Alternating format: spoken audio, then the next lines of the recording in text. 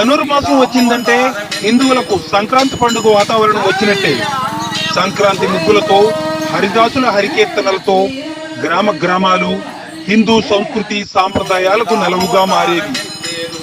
హరికీర్తనలు పాడుకుంటూ హరిదాసు గ్రామాల్లో తిరిగితే గ్రామానికి సిరి సంపదలు, పాడి పంటలు మెండుగా వస్తాయని ప్రజలు భావించేవారు.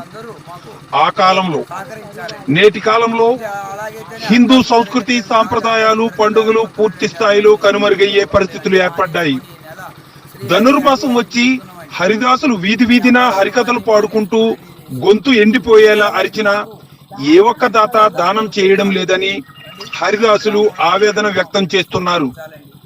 గ్రామాల విస్తరణ పెరగడంతో గ్రామ గ్రామాలు నడిచి తిరగలేని పరిస్థితుల్లో చిన్ని చిన్ని ద్విచక్ర వాహనాల్లో పెట్రోల్ పోసుకుని హరిదాసులు తిరుగుతున్నా 300 నుండి 500 రూపాయలు పెట్రోల్ ఖర్చులు అవుతున్నాయి. కానీ ఏ దాత ఒక్క రూపాయి కూడా దానం చేయడం లేదని హరిదాసులు ఆవేదన వ్యక్తం చేస్తున్నారు.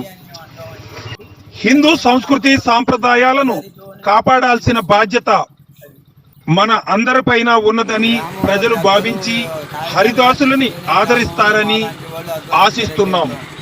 కాకపోతే మాలాంటి వాళ్ళని తిరగలేమండి. హరిదాసు పెట్రోల్ పోసుకొని రోజు 4 గ్రాములు తెల్లారుజామున 3ంటికి లేస్తే సాయంకాలం 3ంటి వరకు ఇక ఈ హరిదాసు అలే హరి హరి అని ప్రతి వీధి తిరుగుతూ ఇలాగా చూపిస్తున్నామండి. మా పెద్దలు గ్రామంలో అందరూ కూడా మమ్మల్ని ఖండించి లాస్ట్ రోజు మాకు సోమపాకంతో పాటుగా దర్శనం కూడా ఇవ్వాలండి. దాంట్లో మా అందరూ గ్రామస్తులు, దాతలు, అందరూ పుణ్యాతులు అందరూ మాకు సహకరించాలండి.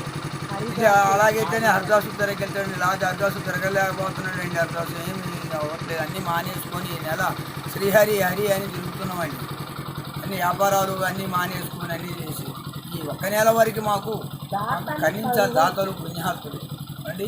మాకు గ్రామంలో అందరూ కూడా మమ్మల్ని సహకరించాలండి. అలాగైతేనే హరిదాసు తిరగలుగుతాడండి. హరిదాసు తిరిగిన గ్రామం సత్యశ్యామలంగా ఉంటుందండి.